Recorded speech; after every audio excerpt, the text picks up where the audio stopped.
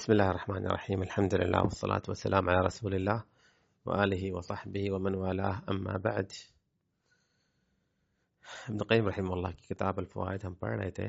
آج ایک اور فائدہ، بلکہ آج کا سبق تو ایک منفرد انداز ہے. ابن قیم رحمہ اللہ کا ایک بہت ہی منفرد انداز، جس میں شعر کا انداز بھی ہے اور جس میں ایک خیالی انداز بھی ہے. خیالی انداز تو جو کہ ایک پڑھنے والا جب پڑھتا ہے، خاص طور پر یہ کیونکہ عربی کے جو الفاظ ہوتے ہیں یہ بڑے جامع ہوتے ہیں.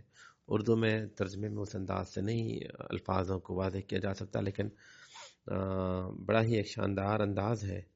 تو فرماتے ہیں کہ ایا کا خبردار، والمعاصی گناہوں سے بچو. خبردار گناہوں سے بچو، کیونکہ تباہی کا اصل جڑ یہ گناہ ہے.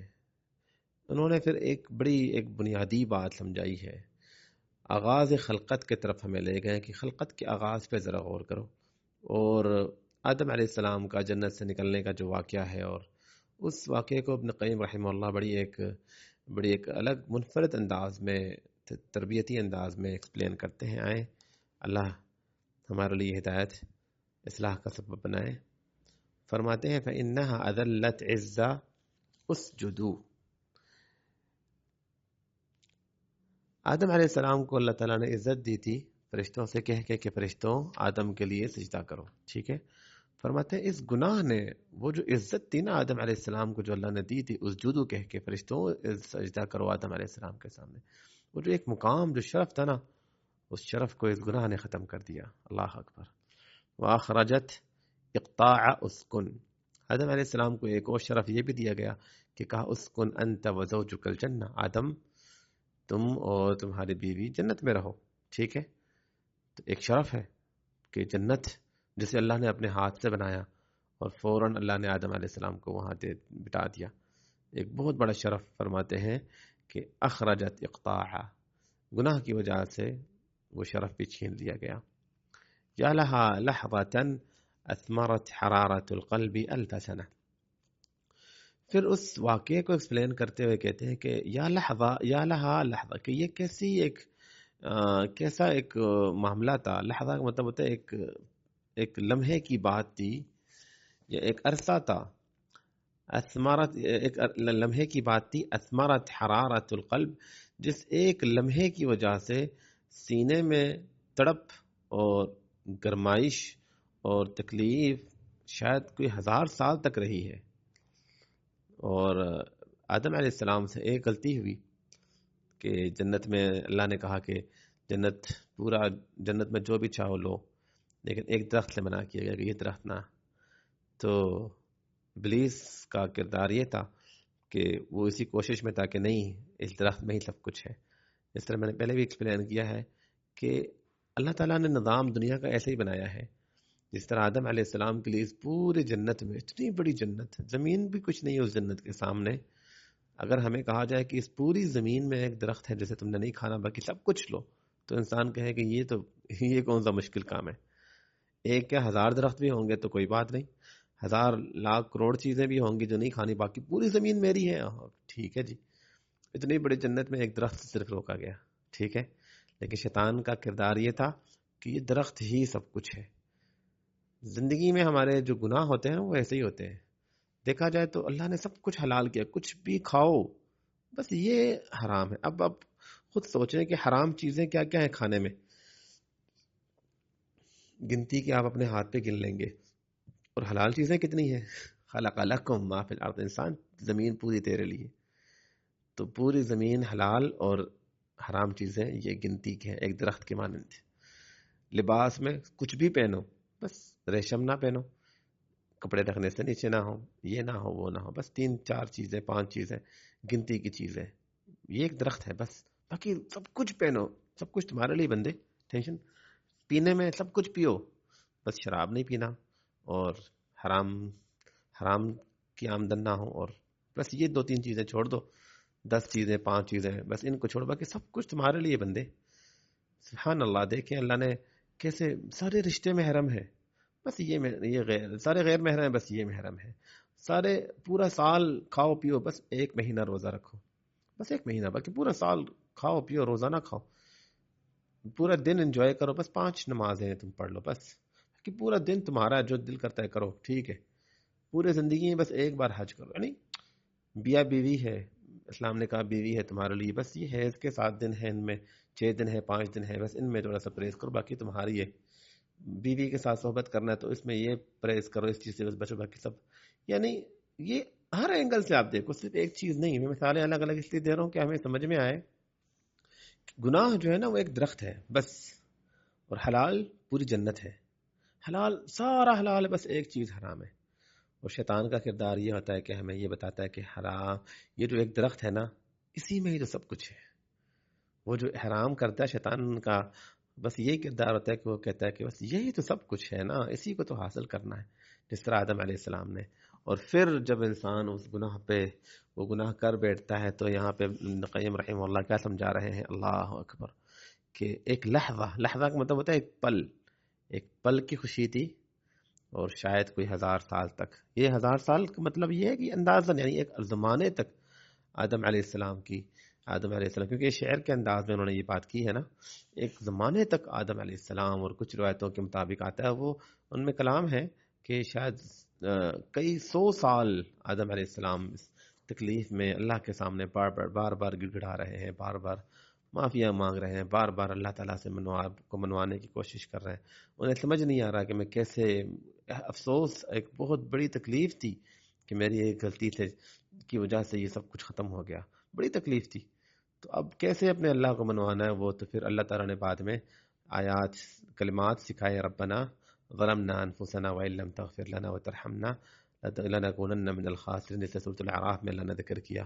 تو آدم علیہ السلام نے یہ کلمات پڑھے، بہرحال تو فرماتے ہیں کہ گویا یہاں سمجھا یہ رہے ہیں کہ گناہ ایسی چیز ہے، ایک دفعہ ایک لمحے کی صرف خوشی ہوتی ہے، اور یفن اللذاذۃ تفن اللذاذۃ ممن نال لذته من الحرام ويبقى الاثم والعار، لذت ختم ہو جاتی ہے، تکلیف، وہ جو مزہ ہے نا وہ بس وقتی مزہ ہے، پیسے ہوں، شہوت ہو، خواہش ہو، حرام چیز سننا، حرام چیز دیکھنا، حرام چیز پانا، حرام چیز حاصل کرنا، حرام چیز کو پکڑنا، حرام کچھ بھی ہو، وہ ایک لمحے کی خوشی ہوتی ہے، لیکن وَيَفْنَى الْإِثْمُ وَالْعَارُ وَتَبْقَى الْإِثْمُ وَالْعَارُ، لیکن وہ گناہ باقی رہ جاتا ہے، اور اس کی شرمندگی یا اس کا جو انجام ہوتا ہے، وہ جو بدنامی ہوتی ہے، وہ ہمیشہ کے لیے رہ جاتی ہے، تبقى عواقب سوء فی مغبتها، اس کے برے انجام ہمیشہ باقی رہ جاتے ہیں، لا خیر فی لذت من بعدها النار، اس لذت میں کوئی خیر نہیں جس کے بعد جہنم کی آگ ہو، اللہ تعالی ہمیں گناہوں سے بچائے رکھے، یہ گناہ کی لذت وقتی لذت ہے، لیکن اس کا انجام بہت برا ہوتا ہے، دنیا میں بھی اور آخرت میں بھی، اللہ ہمیں محفوظ رکھے، فرماتے ہیں کہ 1000 سال تک وہ، شاید کوئی 1000 سال تک وہ دل کی تکلیف، وہ ایک افسوس، وہ ایک پشیمانی، وہ ایک احساس غلطی کہ میں نے غلطی کیوں کی ہے، میں نے اپنے رب کی نافرمانی کی ہے، ایک زمانے تک کی تکلیف کیوں، بس ایک لمحے کی غلطی تھی، ایک لمحے کا گناہ اور ایک زمانے کی تکلیف، اللہ اکبر، ما زال یکتب بدم الندم سطور الحزن فی القصص، کہتے ہیں کہ وہ لکھتے گئے اپنے آنکھوں، اپنے آنسو کے، اپنے خون کے آنسو سے اس افسوس کی واقعے کو، وَيُرْسِلُهَا مع انفاس الاسف، معافی کے سانسوں کے ساتھ ان واقعات کو اللہ کی طرف بھیج رہے تھے، مطلب یہ ہے کہ افسوس کا اظہار کر رہے تھے اپنے واقعے کو، اپنے معاملات کو دہراتے ہوئے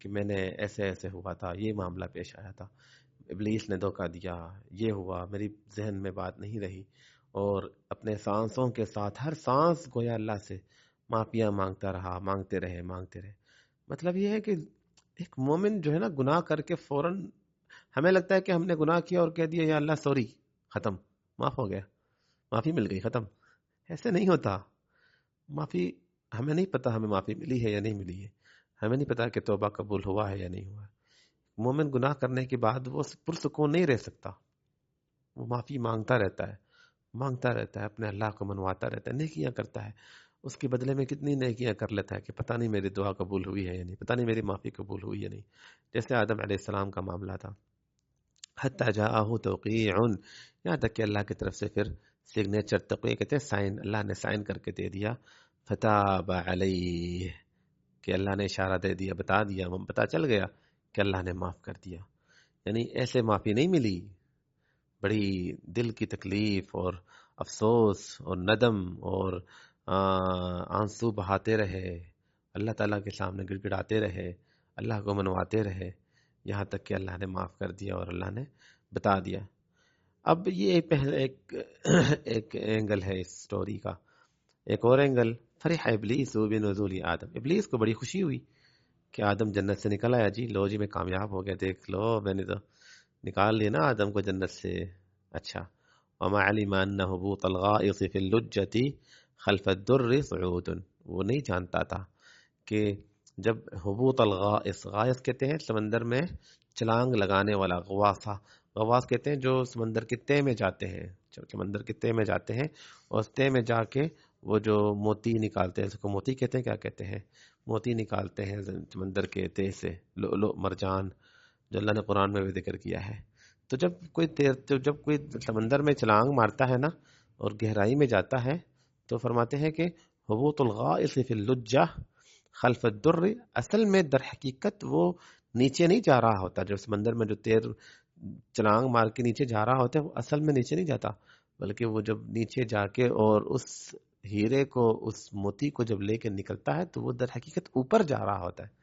مطلب یہ ہے کہ اس سے تم یہ نہ دیکھو کہ یہ نیچے جا رہا ہے، بلکہ وہ اوپر آ رہا ہے. وہ خالی ہاتھ جا کے بہت بڑا خزانہ لے آتا ہے. تو آدم علیہ السلام اگر جنت سے نکلے تو وہ نیچے نہیں آئے، وہ اوپر گئے ہیں، ان کا مقام بلند ہوا. وہ کیسے، اس کی آگے وضاحت کرتے ہیں. فرماتے ہیں کہ ابلیس خوش ہوا کہ لو جی میں، لیکن انہیں نہیں پتا تھا کہ اللہ تعالیٰ نے اگر دنیا میں آدم کو بھیجا تو اس سے بڑے مقصد کے لیے بھیجا ہے. کمبین قولہ لآدم، دیکھو ذرا کتنا فرق ہے اللہ کا آدم سے یہ کہنے میں، انی جاعل فی الارض خلیفہ، کہ اللہ نے آدم علیہ السلام کو زمین کے لیے خلیفہ بنا دیا. یعنی آدم علیہ السلام کو فوراً عزت اور مقام، شرف اور بادشاہت، خلیفہ تجھے میں نے بنا دیا. وقولہ، اور آدم اور ابلیس سے، قولہ لک، اور ابلیس تجھ سے اللہ نے کہا اذهب، جا دفع ہو جا، فمن تبعک منہم، جو تیری پیروی کرے گا، فإن جہنم جزاؤکم جزاء موفورۃ، سب کا ٹھکانہ جہنم ہے، اس میں کھلی جگہ ہے تم لوگوں کے لیے. ایک طرف آدم علیہ السلام، ان سے بھی غلطی ہوئی لیکن زمین کا خلیفہ بنا دیا، بادشاہ بنا دیا. اور ابلیس سے بھی غلطی ہوئی اور ابلیس سے کہا کہ جا، تجھے رسوا کر دیا، تجھے رحمت سے دور کر دیا، جا تیرے لیے جہنم ہے، تیری پیروی کرنے والوں کے لیے بھی جہنم ہے. تو دیکھ انسان کہ آدم علیہ السلام سے غلطی تو ہوئی، لیکن غلطی کے بعد کیونکہ وہ احساس تھا اس کے اندر، افسوس، معافی مانگی، عاجزی اختیار کی، اللہ تعالیٰ نے زمین کا خلیفہ بنا دیا. اور ابلیس نے تکبر کیا، رزلٹ کیا آیا؟ خروج، نکلو یہاں سے، اذهب، دفع ہو جاؤ یہاں سے، جو بھی پیروی کرے گا سب کے لیے جہنم ہے. ما جرى على آدم هو المراد من وجودہ، ابلیس آدم علیہ السلام کے ساتھ جو ہوا نا، یہ تو مقصد تھا اس زندگی کا. مقصد کیا تھا؟ لو لم تذنبوا، حدیث میں اللہ کے رسول فرماتے ہیں نا کہ لو لم، اللہ فرماتے ہیں کہ ابن آدم اگر تم گناہ نہیں کرو گے تو اللہ تمہیں نکال کے کسی اور مخلوق کو لے آئے گا جو گناہ بھی کریں گے اور معافی بھی مانگیں گے. یعنی اللہ جانتے تھے، اللہ نے بنایا ہی تھا آدم علیہ السلام کو دنیا کے لیے ہی اللہ نے بنایا تھا. جنت میں کیوں رکھا؟ تاکہ ان سے غلطی ہو اور یہ دنیا میں جائے، غلطی کر کے دنیا میں جائے اور پھر توبہ کرے. وہ توبہ جو شاید فرشتے بھی نہیں کرتے، کیونکہ فرشتے تو گناہ نہیں کرتے نا، وہ تو توبہ کہاں کرتے ہیں؟ توبہ تو انسان کرتا ہے کیونکہ وہ گناہ کرتا ہے. پھر یہ توبہ کر کے یہ فرشتوں سے بھی عظیم ہو جائے گا میرے نظر میں، کیونکہ یہ اپنی مرضی سے پھر میرے طرف لوٹ آئے گا. پھر غلطی ہوگی پھر میرے طرف لوٹ آئے گا، معافیاں مانگے گا، میرے سامنے گڑ گڑائے گا، میرے سامنے آنسو بہائے گا. اس کے دل میں تکلیف ہوگی کہ میں اپنے اللہ کی نافرمانی میں نے کیسے کی. یہ اصل مقصد تھا انسان کی زندگی کا. اللہ نے انسان کو اس لیے نہیں بنایا کہ انسان ہر وقت جو ہے نا وہ گناہوں سے بچا رہے. اللہ جانتا تھا کہ یہ گناہ کرے گا، اللہ چاہتا نہیں ہے کہ انسان گناہ کرے، اللہ جانتا ہے اس سے گناہ ہوگا، لیکن اس گناہ کے بعد تو امتحان شروع ہے کہ اب کیا کرتا ہے، یہ گناہ پہ ڈٹا رہتا ہے یا معافی مانگتا ہے. اس لیے تو اللہ نے پردہ رکھا کہ اس سے گناہ ہو اسے کوئی نہ دیکھے، صرف میں ہی دیکھوں اس کو گناہ کرتے ہوئے، تاکہ فوراً میرے طرف لوٹا ہے، مجھ سے معافی مانگے کہ کسی نے نہیں دیکھا، بس اللہ نے دیکھا، اللہ تو معاف کر دینا اور خود کو ٹھیک کر دے۔ تو پردہ بھی اس لیے رکھا گیا کہ انسان کو ٹائم مل جائے معافی مانگنے کے لیے۔ اللہ تعالیٰ اس پردے کو ہمارے اوپر برقرار رکھے اور اللہ ہمیں معافی مانگنے والوں میں سے بنائے۔ کہتے یا آدم، اے آدم، لا تجزع من قولی لک، اے آدم، یعنی گویا اللہ تعالیٰ نے آدم علیہ السلام سے یہ کہا، یہ میں نے کہا کہ ایک خیالی، ایک افسانے کے انداز میں انہوں نے یہ بات کی ہے کہ لا تجزع من قولی لک، تجھے اگر میں یہ کہہ رہا ہوں اخرج منہا، جنت سے نکلو، تو پریشان نہ ہونا، فلک ولصالح ذریتک خلقتها، کہ میں نے تیرے لیے ہی اس جنت کو بنایا۔ جنت سے اگر تجھے نکال رہا ہوں نا، اس کا مطلب یہ نہیں ہے کہ بس تجھے جنت سے نکال لیا تو میں جنت کو میں نے تجھ سے چھین لیا، نہیں نہیں نہیں نہیں، میں نے تیرے لیے ہی بنایا ہے، ولصالح ذریتک، اور تیری ساری اولادوں کے لیے نہیں ہے یہ جنت، میں نے اپنے ہاتھوں سے بنایا، اتنا خوبصورت جنت ہے، تو سب کو میں ڈال دوں گا، ایسی فضول لوگوں کو بھی جنت میں ڈال دوں گا؟ نہ نہ نہ نہ، تیری اولادوں میں جو نیک ہوں گے، میں نے بس چھان بین کرنے کے لیے، آزمانے کے لیے، ٹیسٹ لینے کے لیے دنیا میں بھیجا کہ تیری اولادوں میں کون اس جنت کے قابل ہے، تیرے لیے اور تیرے نیک اولادوں کے لیے ہی میں نے اسے سنبھال کے رکھا ہے۔ یا آدم، اے آدم، کنت تدخل علی دخول الملوک علی الملوک، آدم تو میرے سامنے آتا تھا جیسے کوئی بادشاہ کسی بادشاہ کے سامنے آ رہا ہو، والیوم تدخل علی دخول العبید علی الملوک، لیکن آج سے تو میرے سامنے ایسے آئے گا جیسے کوئی بندہ اپنے بادشاہ کے سامنے داخل ہوتا ہے۔ آدم، تو نہیں جانتا کہ میرے نزدیک تیری جو بندگی ہے نا، یہ تیری ہر چیز سے زیادہ خوبصورت ہے، اور تیرا شرف اور تیری عزت تیری بندگی میں ہے، جو آگے ابن قیم رحمہ اللہ اس کی وضاحت مزید دیتے ہیں۔ یا آدم، اے آدم، لا تجزع من کأس زلل، تو تجزع کا مطلب ہوتا ہے کہ پریشان نہ ہو جانا، من کأس زلل، اس پسلنے کی وجہ سے جو تم پسل گئے ہو، کانت سبب کیسک، جس پسلنے کے بعد تو عقل مند بنا۔ یعنی غلطیاں ہوتی ہیں انسان سے، لیکن عقل مند غلطیوں سے سیکھتا ہے، خود کو ٹھیک کرتا ہے۔ تو اے آدم، اس غلطی کو لے کے پریشان نہ ہونا جو غلطی تیرے سبق سیکھنے کا سبب بنی۔ فقد استخرج منک داء العجب، تمہارے اندر سے عجب، خود پسندی کی بیماری نکال لی گئی۔ مطلب یہ ہے کہ آدم علیہ السلام کو جب پیدا کیا، اللہ نے جنت میں ڈال دیے بغیر کچھ کیے، ڈائریکٹ جنت، ڈائریکٹ پروٹوکولز، فل پروٹوکولز، بادشاہوں والی زندگی۔ تو کہیں کہیں انسان کے اندر کہیں نہ کہیں عجب کی چیز آ جاتی ہے نا، تو اس عجب کی بیماری کو میں نے دل سے دور کرنا تھا کہ تجھ میں یہ چیز نہ آئے کہ میں خود پسندی نہ آ جائے۔ وَأَلْبِسْتَ خِلْعَةَ الْعُبُودِيَّةِ، اور تجھے بندگی کا لباس اوڑھ دیا گیا، پہنایا گیا، تجھے بتایا گیا کہ تو میرا بندہ ہے، تو اللہ کا بندہ ہے، اور میرا بندہ ہر چیز سے زیادہ مجھے محبوب ہے۔ وَعَسَىٰ أَن تَكْرَهُ شَيْئًا، یاد رکھو، ہو سکتا ہے کہ تم کسی چیز کو ناپسند کرتے ہو، وَهُوَ خَيْرٌ لَكُمْ، وہ تمہارے لیے بہتر ہو۔ یا آدم، اے آدم، لم اخرج اقطاعک الی غیرک، اللہ اکبر، اے آدم، تیرے اس حصے کو لے کے، تجھے جنت سے نکال کے میں نے کسی اور کو جنت نہیں دیا۔ ایسے نہیں ہے کہ آدم کو جنت سے نکال کے میں نے ابلیس کو وہاں ٹھکانہ دے دیا، یا فرشتوں کو کہا کہ جا تم جنت میں عیش کرو، یا کسی اور مخلوق کو میں نے وہاں رکھ لیا۔ نہ نہ نہ نہ، یہ جنت آدم تیرے لیے ہی ہے۔ انما نحیتک عنہ، میں نے تجھے تھوڑا سا کنارہ کر دیا، لیکمل عمارتہ لک، تاکہ میں اس کی تعمیر مکمل کروں تیرے لیے، ولیبعث الی العمال نفقۃ تتجافى، اور تاکہ تیرے بندوں میں جو تیری اولادوں کی طرف سے مجھے وہ اسباب ملیں جس سے یہ جنت بنے۔ اور وہ اسباب کیا ہیں؟ فرماتے تتجافى جنوبهم عن المضاجع، جو اللہ نے قرآن میں ذکر کیا، تتجافى جنوبهم، کہ ان کی کروٹیں، ان کو نیند نہیں آتی ایمان والوں کو بستروں پہ، یدعون ربهم خوفا، اپنے کروٹیں بدلتے ہیں اور اپنے رب کو پکارتے ہیں، خوفا وطمعا، ڈرتے ہوئے اور اس کی رحمت کی امید سے، مما رزقناهم ينفقون، اور اللہ کے راہ میں خرچ کرتے ہیں، فلا تعلم نفس ما اخفی لهم من قرۃ اعین، کوئی نفس نہیں جانتا کہ ان کے لیے ان کی آنکھوں کی ٹھنڈک کے بدلے میں، ٹھنڈک کے طور پہ اللہ نے کیا کیا چھپا کے رکھا ہے۔ مطلب یہ ہے کہ دنیا میں نے تجھے اس لیے بھیجا تاکہ تم اور تمہاری اولاد وہاں جا کے محنت کرو، اور اس جنت کو، عمارت جنت کی تعمیر کے لیے جو چیزیں ضروری ہیں وہ بھیجو۔ جنت کی تعمیر کے لیے ہمارے اعمال ضروری ہیں۔ جس طرح ابراہیم علیہ السلام کے بارے میں ہم پڑھ چکے ہیں کہ انہوں نے کہا کہ جنت میں دیکھ چکا ہوں، اس میں کچھ بھی نہیں ہے، تم سبحان اللہ کہو گے تو وہاں درخت بنیں گے، تم عبادت کرو گے تو وہاں گھر بنیں گے، تم اللہ کا ذکر کرو گے تو وہاں چیزیں بنیں گی. ہماری عبادات سے جنت کو ہم بنا رہے ہوتے ہیں، ہمارے نیکیوں سے وہ جنت کو ہم تعمیر کر رہے ہوتے ہیں. تو میں نے تجھے جنت سے اس لیے نکالا تاکہ تم اور تمہاری آپ اور آپ کی اولاد محنت کریں اور اس جنت کو آباد کریں. اللہ اکبر. تاللہ، اللہ کی قسم، ما نفعه عند معصیته عز اسجد. آدم علیہ السلام نے جب نافرمانی کی نا تو ان کو اس وقت اس جدو اللہ تعالیٰ نے جو انہیں عزت دی تھی اور فرشتوں سے کہا تھا کہ ان کے سامنے سجدہ کرو، اس جدو کی جو عزت تھی نا کہ فرشتوں اس کے سامنے سجدہ کرو، یہ عزت بھی کوئی کام نہیں آ سکی جب آدم علیہ السلام نے نافرمانی کی. اللہ اکبر.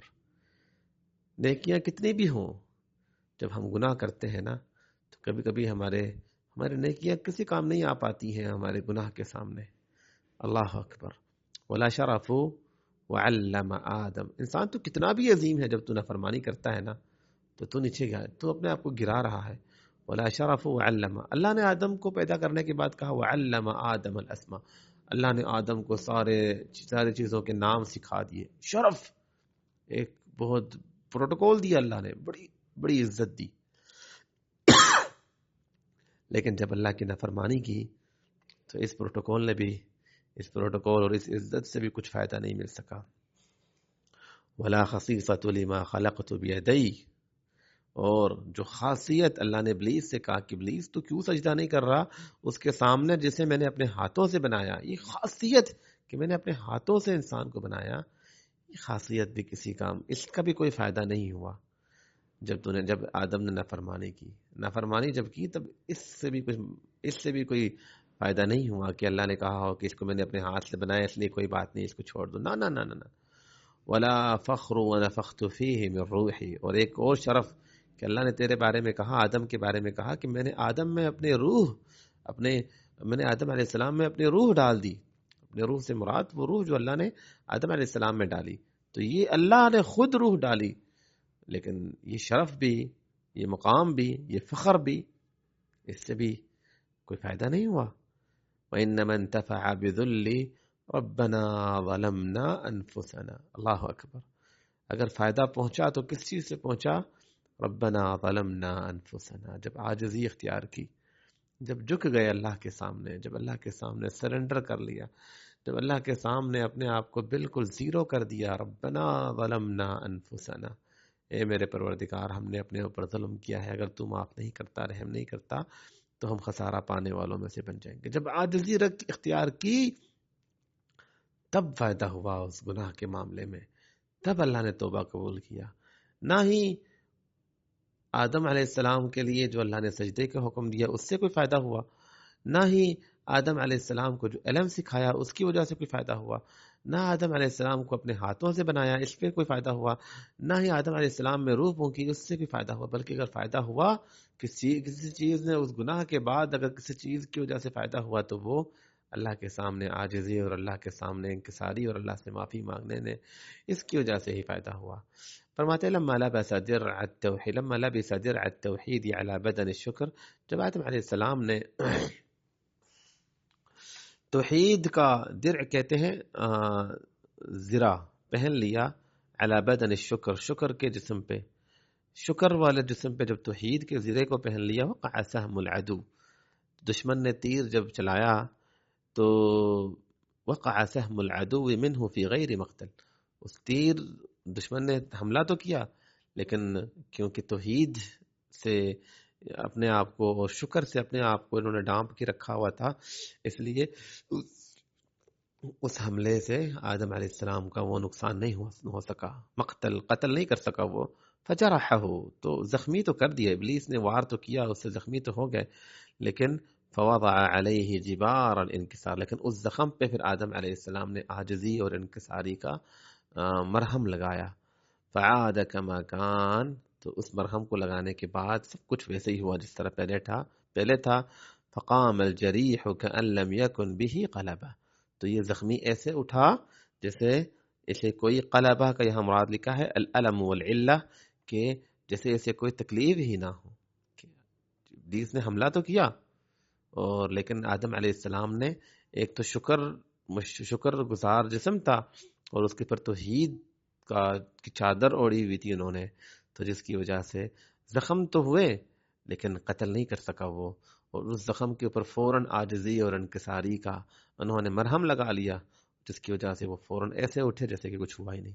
مطلب یہ ہے کہ انسان شکر گزار ہو، توحید کو اپنائے۔ شیطان حملہ کرتا ہے، حملہ جب انسان پہ شیطان کرے تو انسان فوراً توبہ اور اللہ کے سامنے عاجزی کا مرہم لگا لے، تو پھر اس شیطان کے حملے کا کوئی اثر نہیں رہتا۔